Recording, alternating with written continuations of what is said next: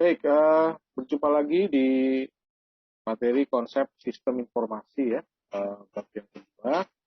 Kalau bab yang pertama, saya sudah menyampaikan tentang secara umum ya, pengertian tentang informasi, kaitannya dengan data, ya, apa itu sistem informasi ya, kenapa harus dibuat sebuah konsep dan sebagainya.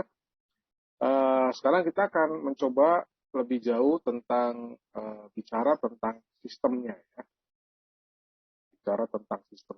Jadi kita akan coba melihat secara lebih dalam lagi apa itu sistem informasi. Ya. Kalau kita bicara tentang sebuah sistem ya berarti kita harus paham dulu apa itu sistem. Kalau boleh saya sampaikan, memang definisinya akan cukup banyak ya. Kalau kita cari definisi sistem itu apa, tentunya akan cukup banyak. Tapi kalau boleh saya sampaikan bahwa sistem informasi itu merupakan bagian dari apa namanya sebuah proses sebetulnya. Jadi kalau kita lihat ada kata sistem di situ, bahwa sistem itu apa? Sistem itu lah menekankan pada sebuah proses ya, prosedur.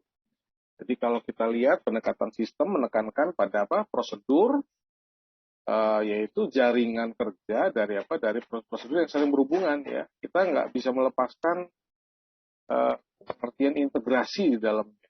Jadi kalau kita dengar ada istilah sistem, berarti ada keterhubungan ya antara prosedur dengan apa namanya prosedur yang saling berhubungan, kemudian juga apa namanya dia berada dalam satu ruang lingkup untuk apa? Untuk mencapai satu goals ya, satu tujuan.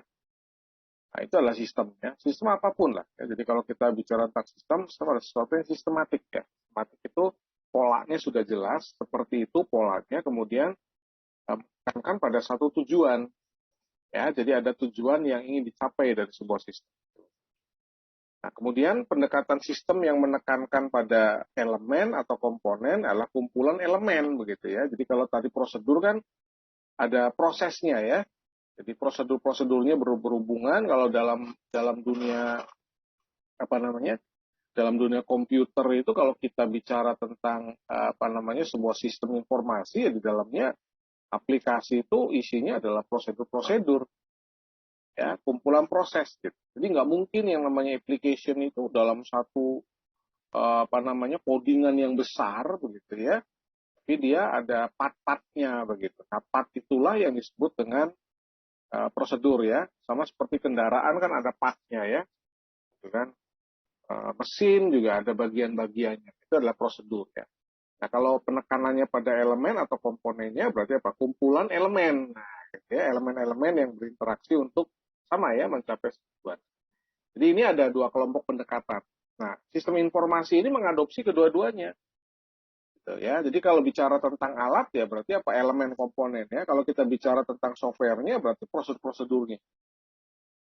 Ya, jadi kita nggak bisa melepaskan dari pendekatan ini ya, terhadap sistem informasi. Nah kemudian bicara lebih jauh tentang sistem. Sistem itu ada beberapa karakteristik ya. Jadi karakteristik yang berhubungan dengan sistem. Yang pertama, sistem itu punya boundary. Ya, boundary itu area yang membatasi. Jadi kalau kita punya sistem-sistem tuh nggak mungkin nggak ada batas ya. Jadi harus ada batasnya. Jadi daerah yang membatasi antara sistem dengan sistem lainnya atau dengan lingkungan luarnya. Ya, jadi itu adalah boundary-nya, sistemnya. Nah, batas ini memungkinkan sebuah sistem dipandang sebagai sebuah apa? Sebuah kesatuan, gitu ya. Kalau nggak ada batasnya kan berarti kita nggak melihat kumpulannya ya, kesatuannya. Justru dengan adanya batasan ini kita melihat ada kesatuan dalam sebuah sistem. Ya, jadi batas sistem ini menunjukkan apa? Ruang lingkupnya, skopnya, gitu kan. Jadi kalau katakanlah sebuah apa namanya sebuah aturan satu aturan ya prosedur di tempat A belum tentu gitu ya bisa diterapkan di tempat yang berbeda. Aturan di perusahaan A belum tentu bisa diterapkan di perusahaan yang lain dan sebagainya. Ya, betul ya, aturan di Indonesia misalkan belum tentu cocok dipakai di di negara yang lain ya. Jadi ada batas teritorialnya lah, gitu, kira-kira ya. Jadi ruang lingkupnya jelas, skop ya. Paham ya? Nah, itu adalah boundary. Kemudian ada komponen jelas. Ya, sistem yang tadi sudah kita singgung di awal, kalau pendekatannya adalah elemen, berarti ada komponennya. Nah, komponen yang bagaimana? Komponen yang saling berinteraksi. Ini kata kuncinya. Artinya, interaksi, bekerja sama, ya, untuk apa? Untuk, ya tadi, gitu ya, menjalankan sebuah proses, kemudian nanti menampilkan sebuah hasil. Ya. Jadi komponen-komponen ini bisa terdiri dari subsistem. Ya, jadi ada sistem, ada subsistem ya. Gitu kan nggak mungkin sistem itu kan keseluruhan gitu ya. Jadi harus ada bagian-bagian yang mengerjakan sama kayak perusahaan lah ya. Perusahaan itu kan nggak mungkin ownernya, mungkin sudah saya singgung ya, ownernya nggak mungkin dia bekerja sendiri, makanya butuh pegawai. Butuh bagian-bagian yang mengerjakan begitu ya. Jadi ada yang ngurusin keuangan, ada yang ngurusin purchasing, ada pengiriman dan sebagainya lah, banyak ya. Itu komponen-komponen. Nah, memiliki apa? Memiliki fungsi khusus. Paham ya? Nah, dia harus berjalan secara keseluruhan, ya, saling berinteraksi, tujuannya supaya sistem itu bisa berjalan. Ya, karena kalau ada satu bagian yang tidak bekerja sebagaimana mestinya, ya sistem ini nggak bisa berjalan dengan baik. Kira-kira seperti itu ya. Jadi harus bisa berjalan semuanya supaya apa? Supaya sistem ini bisa berjalan dengan baik. Ya, harus berfungsi gitu semua. Ya, paham ya?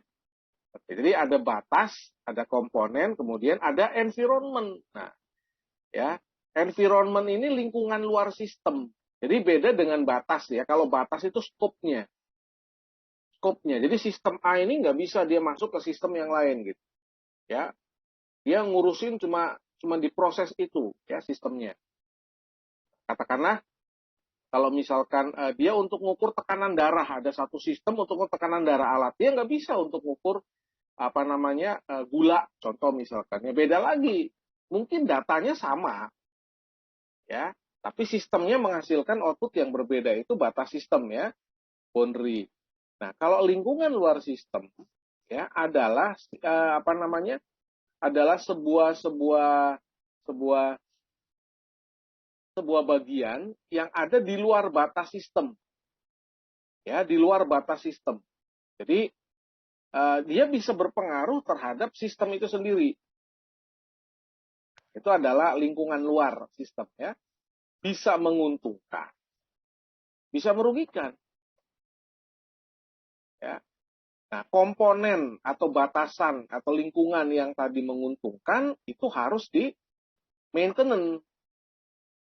Ya, harus di maintenance. Nah, lingkungan yang tidak menguntungkan, yang merugikan harus ditahan gitu ya, dibatasi seminimal mungkin untuk memberikan dampak negatif terhadap sistem. Ya. Karena nggak mungkin yang namanya lingkungan luar itu nggak mempengaruhi, pasti mempengaruhi. Ya, prosedur ya sama nih, ya prosedur Anda untuk bikin KTP, yang paling gampang ya, dan untuk bikin KTP kan prosedurnya udah ada, betul nggak? Udah ada prosesnya kan, Anda nggak harus keluar duit kan, tapi ada lingkungan luar ya yang mempengaruhi ini sehingga sistemnya nggak berjalan dengan baik.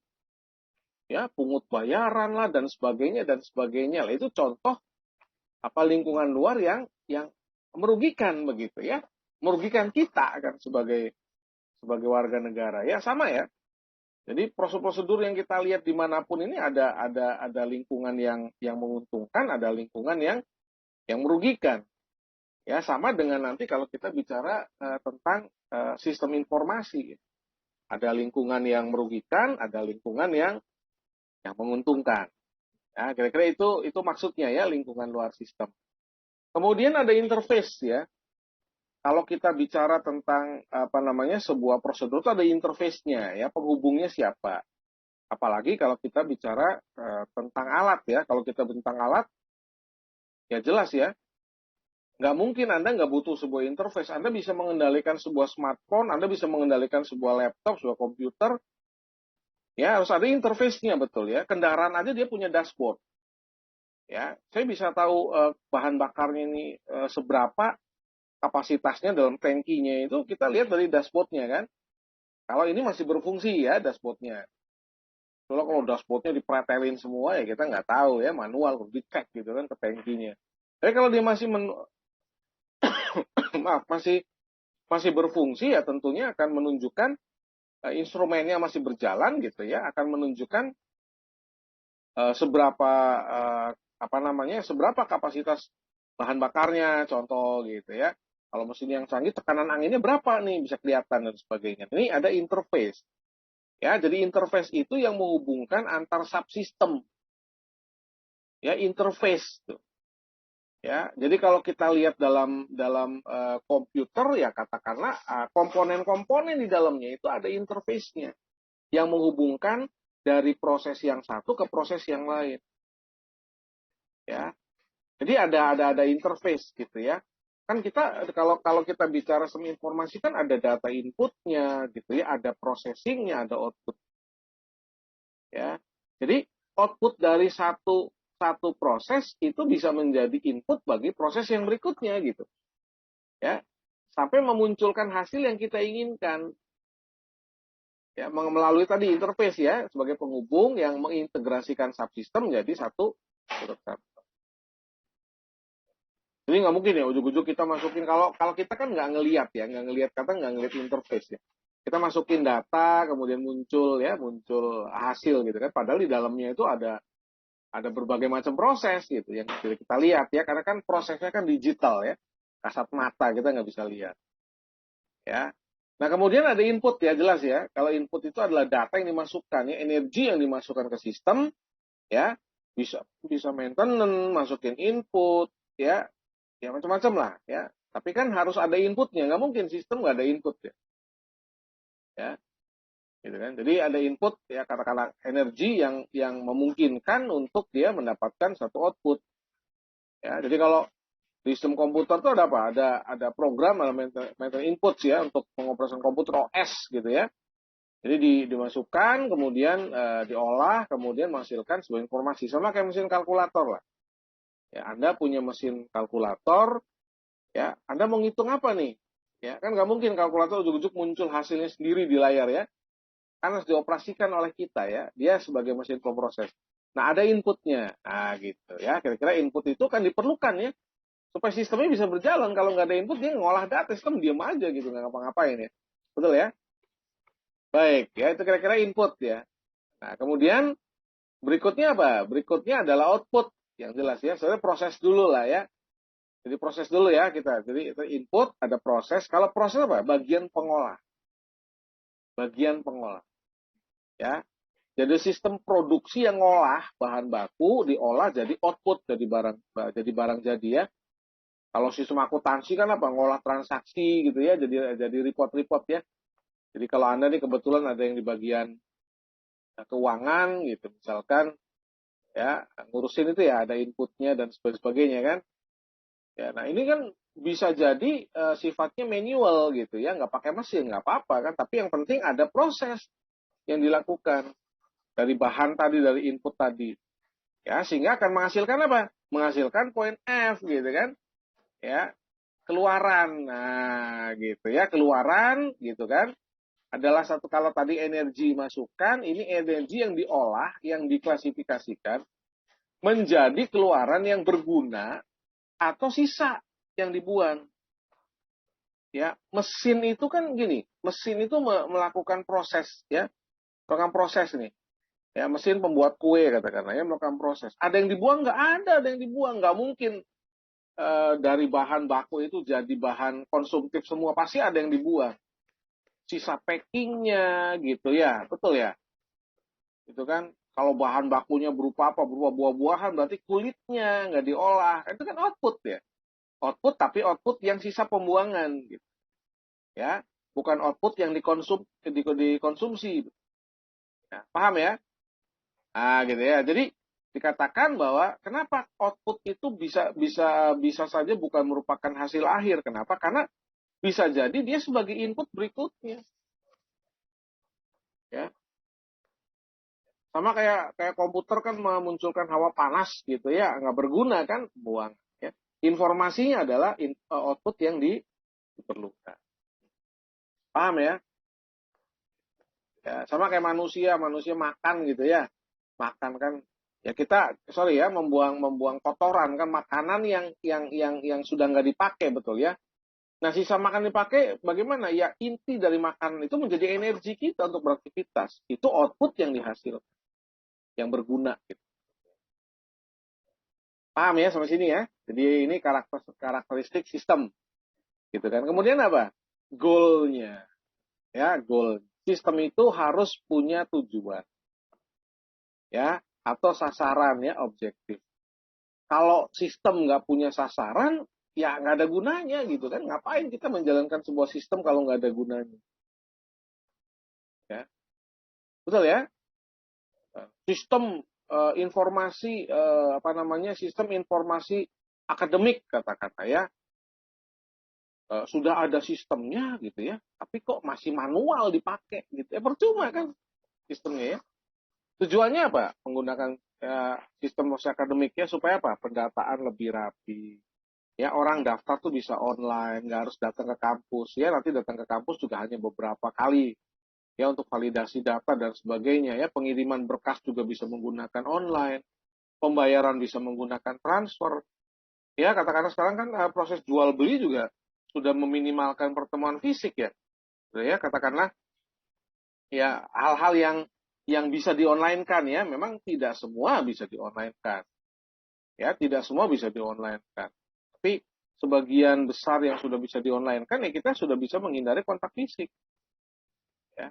Tapi ada tadi ya, ada goals-nya. Itu bagian tadi ada goals-nya, tujuannya. Kalau sistem nggak ada tujuannya ya dia percuma dijalankan gitu sistemnya. Ya. Betul ya? Jadi sasaran atau goals yang diperlukan ini menentukan apa? Menentukan input ya. Anda pengen menghasilkan sesuatu yang baik, ya inputnya harus baik kan gitu logikanya. Ya. Nah, sistem dikatakan berhasil kalau apa? Tepat sasaran. Dibuat, berfungsi gitu ya. Nah, itu tepat sasaran. Banyak sistem yang diciptakan tapi nggak tepat sasaran. Banyak ya nih dalam proses pandemi ini kan ada apa? Banyak sekali sistem ya. Sistem A, sistem B, sistem C gitu ya. Ada yang tepat sasaran gitu ya, ada yang enggak. Ini bagian dari karakteristik sistem ya. Nah, kalau apa namanya berikutnya kita lihat ada yang namanya klasifikasi. Ada klasifikasi sistem. Jadi kalau ini sih sebetulnya Anda bisa nanti cari sendiri referensi tambahannya. Kalau kita bicara tentang klasifikasi sistem berarti apa? Ada sistem yang sifatnya abstrak ya. Ada sistem yang sifatnya fisik gitu ya. Abstrak itu sistem yang pemikiran, yang dari ide pemikiran itu sistem abstrak kan nggak kelihatan. Kalau sistem yang bersifat fisik ya yang kelihatan kan. Sistem yang kelihatan secara fisik gitu. Berarti sistem fisik ya. Nah kemudian apa? Alamiah ya neural, natural gitu ya. Kalau kita lihat dari apa namanya dari sudut pandang apa namanya sudut pandang kecerdasan tuh sekarang ada artificial intelligence, buat kan? Ya, jadi kalau sistem alamiah itu sistem yang tidak dibuat oleh manusia gitu ya, sistem yang tercipta dari alam, gitu kan namanya alamiah. Ya, nah kalau sistem yang tidak alamiah, sistem yang dibuat oleh manusia, ya human made system, gitu kan?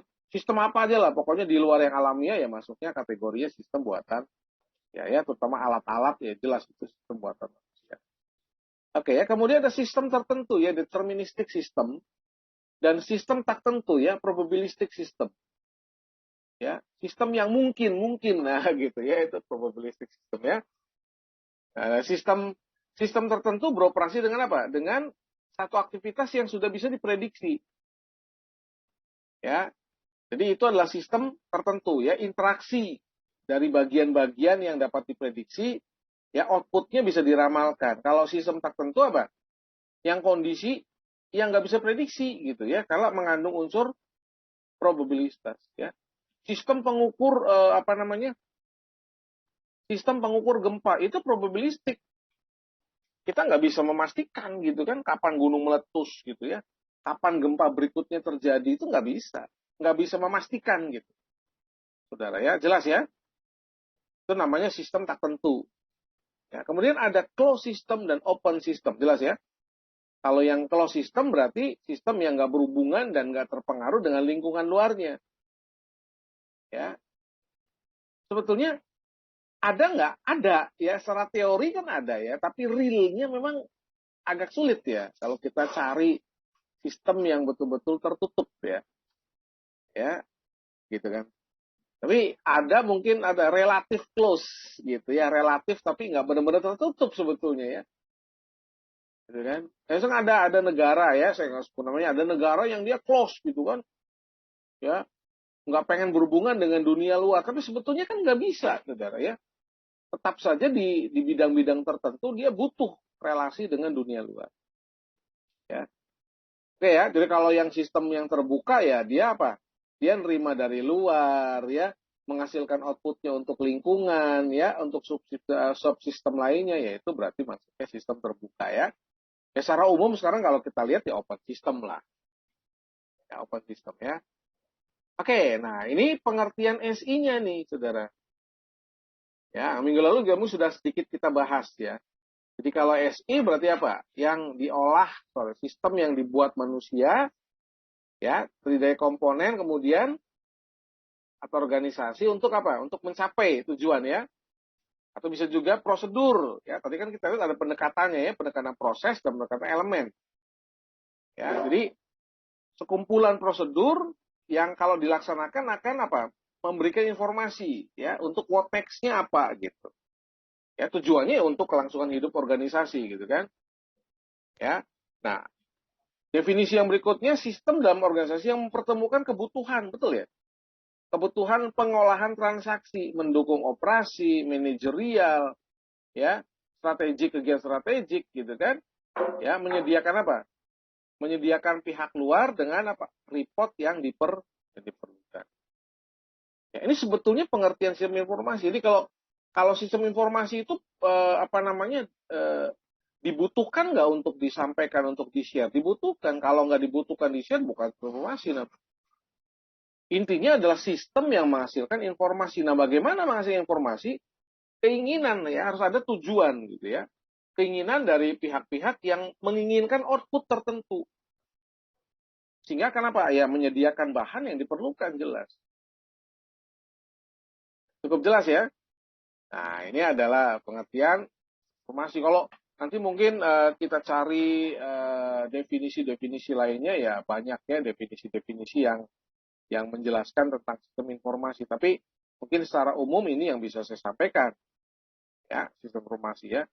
Oke, kalau komponen nanti kita lihat ya. Jadi sistem informasi ini punya komponen ya. Kalau kita lihat nanti ada komponennya, ada istilahnya ada blok bangunan. Nah, gitu ya, ada blok bangunan. Nah, ada input, ada model, ya, ada output, ada blok teknologi, ada basis data, ada kontrolnya. Jadi satu sistem kalau kita kaitkan dengan sistem informasi itu ada input, ya, ada pemodelannya gitu kan. Kan perlu dimodelkan ya. Pemodelan A, input yang sama dengan pemodelan B, input yang sama bisa jadi menghasilkan output yang berbeda kan. Kan modelnya beda. Betul ya? Buah gitu ya, buah pepaya ada yang dipotongnya memanjang, ada yang dipotongnya bulat-bulat gitu kan, beda outputnya ya. Modelnya beda gitu. Itu maksudnya ya. Kemudian ke-6 blok itu harus berinteraksi. Ya, kalau tadi ya dikatakan elemen-elemen itu harus berinteraksi, prosedur-prosedur harus berinteraksi, bekerja sama. Kalau enggak menghasilkan output. Gitu ya. Kalau mungkin di tempat Anda masing-masing, kalau Anda bisa lihat gitu kan, apa sih yang bisa kita lihat dari input, kemudian ada proses, ada aktivitas prosesnya, kemudian menghasilkan sebuah output ya. Itu bisa dicari banyak. Ya, banyak sekali yang bisa kita cari. Apakah sudah menggunakan alat ataukah belum? Itu nggak ada masalah, sudah sebetulnya. Ya, nggak ada masalah. Oke, nah sekarang kalau kita lihat dari sistem informasi ya, kalau kita lihat ada bloknya. Ini kan ada blok input, ada blok model, ada blok output ya. Kemudian ada teknologi, ada dasar datanya ya, basis datanya, ada kendalinya, ya, ada kontrolnya. Ini pemakai semuanya. Ya, input ini perlu teknologi, betul nggak, saudara? Ya, teknologi input itu banyak. Jadi kalau kita bicara sistem informasi, yang namanya kita menginputkan data tuh banyak caranya. Data tidak hanya diinput dari keyboard, ya, data bisa merupakan hasil scanning, data bisa merupakan hasil rekaman CCTV, data bisa hasil rekaman voice recognition, ya, rekaman suara dan sebagainya, banyak sekali. Nah itu butuh teknologi, ya, butuh teknologi. Nggak mungkin kita nggak butuh teknologi, paham ya? Pak, di saya belum pakai alat, kan minimal katakanlah apa? Ada alat untuk mencatat, katakanlah. Tetap itu ada alatnya, paham ya? Oke, kemudian ada pemodelannya. Pemodelan itu cara dia untuk ngolah gitu. Dan ingat, pada saat data diolah, data itu butuh tempat selama dalam proses. Tempat permanen ataupun tempat yang semi permanen. Tempat yang permanen, katakanlah kalau kita bicara manual, dicatat di buku yang nantinya bisa dilihat lagi. Nah, kalau kita hubungkan dengan komputer, tempatnya apa? Hard disk, flash disk, media penyimpanan lah. Ya, kan storage kan ada apa? Ada secondary, ada primer begitu ya. Betul ya? Ada penyimpanan sementara yang tersimpan di memori RAM gitu kan. Ada yang tersimpan secara permanen yang kalau kita simpan ke dalam media penyimpanan ya di storage dia secara permanen ya. Nah, kemudian menghasilkan output. Ya. Output ya berhubungan dengan apa? Dengan pengendalian. Outputnya mau kemana larinya? Gitu. Siapa yang butuh output? Ini kan pemakainya banyak nih. Ya, ini owner, ya, ini komisaris, ini keuangan, ya, ini bagian penjualan, ini bagian gudang, ini bagian iklan, katakanlah ya, banyak penggunanya. Ya, nah ini butuh kendali, saudara. Ya, kalau tidak ada pengendalian, ya sulit ya kita menentukan outputnya. Bisa dipahami ya, blok daripada SI ini komponennya nih, supaya Anda bisa lihat ya. Jadi kalau kita bicaranya tentang sistem informasi ya jelas ya ada blok teknologinya, nggak mungkin nggak ada blok teknologinya ya, pasti ada blok teknologi ya. Ini penjelasannya ya, silakan nanti bisa dilihat gitu ya. Blok masukan itu apa gitu ya, mewakili data yang masuk ya. Model itu apa? Prosedur, coding, logik ya, hitungan matematik ya, prosedur untuk memanipulasi data dan sebagainya kan. Nah, model ini dibuat berdasarkan apa? Tujuan. Kita nggak mungkin bisa bikin model kalau tujuannya belum ditentukan. Hati-hati. Ya. Jadinya model ini karena tujuannya sudah ditentukan. Betul ya? Kemudian keluaran apa? Produk yang dihasilkan oleh sistem informasi kan. Ya, informasi yang bermanfaat, terdokumentasi gitu kan. Ya, berguna untuk apa? Semua tingkatan manajemen atau semua pemakai sistem. Tadi yang jumlahnya banyak. Ya, teknologi jelas ya. Berhubungan dengan teknologi apa yang digunakan ya. Ini ada 3 bagian utama nih. Ya, ada brainware sebagai pelaksananya, manusianya, Anda dan saya. Softwarenya ya, program-program termasuk sistem operasi, dan hardware perangkat kerasnya. 3 komponen dalam blok teknologi. Itu yang nggak mungkin nggak ada, pasti ada. Ya, ada hardware, ada software, nggak ada manusianya, siapa yang menjalankan kan gitu. Logikanya gitu aja ya. Jadi saling melengkapi, saling membutuhkan. Nah, kemudian komponen basis data, database.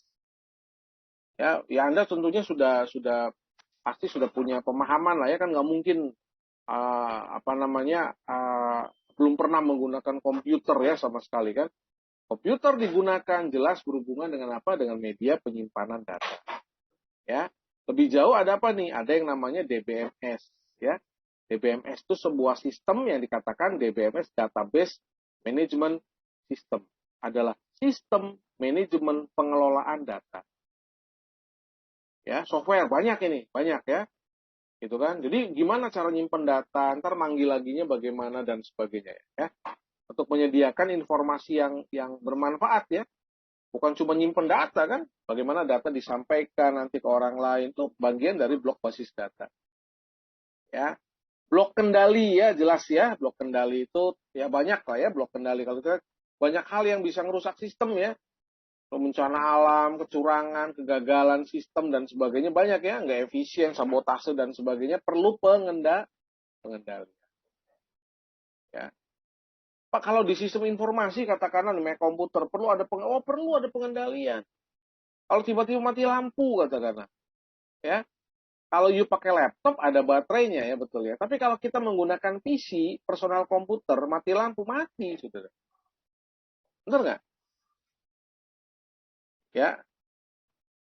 Apa yang harus disediakan kalau Anda menggunakan personal komputer yang nggak ada media baterainya?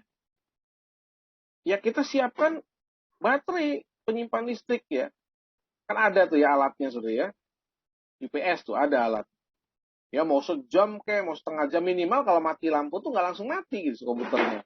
Ya bisa dilakukan apa? Bisa dilakukan apa sih namanya backup dulu ya dan sebagainya dan sebagainya. Ya. Ini komponennya ya sudah ya. Jadi ada masukan, ada model, ada keluaran, teknologi, basis data, kendali tadi yang sudah kita lihat dalam diagram. Ya. Nah ini penjelasannya gitu kan. Oke jelas ya.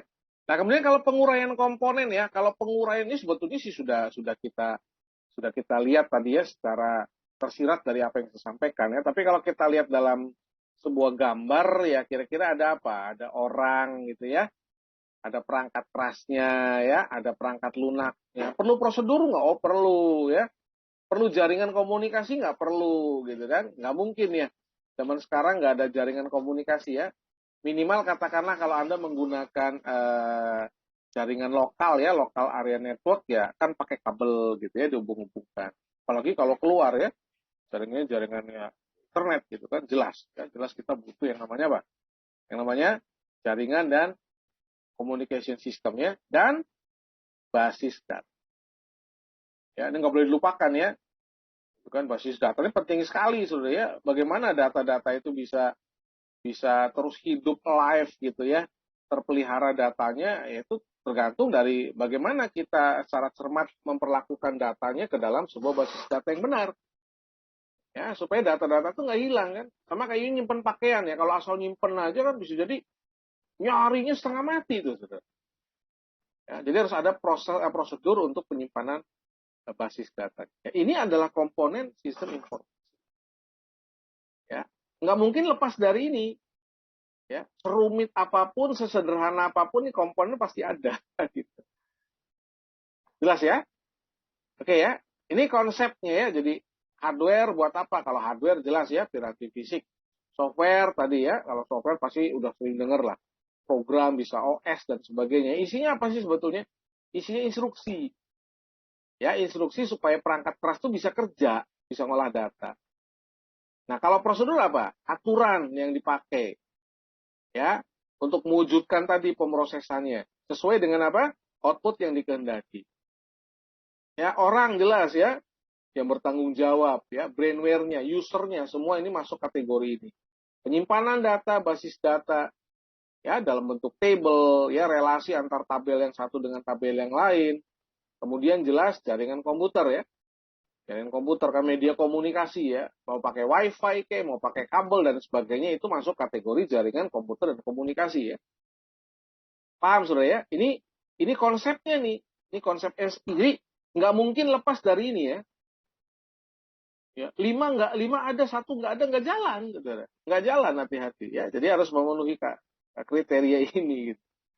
Ya harus ada perangkat kerasnya, harus ada perangkat lunaknya, ada prosedurnya, ada orangnya, ada basis data dan jarkomnya dengan komputer ya. Ini pasti kalau yang sudah pakai sistem Anda mungkin sudah bisa paham ya. Oh iya ya ini konsep SI itu sebetulnya isinya ini.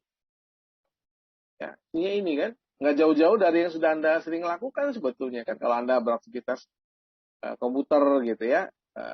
Apa namanya, ada wifi dan sebagainya ya isinya. Ya. Baik. Ya, itu penjelasan yang bisa saya sampaikan di pertemuan materi yang kedua. Ya, mudah-mudahan bisa dipahami dan menambah wawasan Anda berkaitan dengan sistem informasi ya. Kita masih nyambung dari yang bab 1 kemarin, bab 1 bicara secara umum, sekarang bab 2 lebih ke arah komponen-komponennya ya, sudah kita bahas. Mudah-mudahan bisa dipahami dan bermanfaat untuk kita semua ya. Akhir kata saya ucapkan terima kasih, silakan mungkin pelajari dan boleh ditambahkan dengan referensi-referensi yang lainnya. Terima kasih banyak, cukupkan. Assalamualaikum warahmatullahi wabarakatuh ya, salam sejahtera.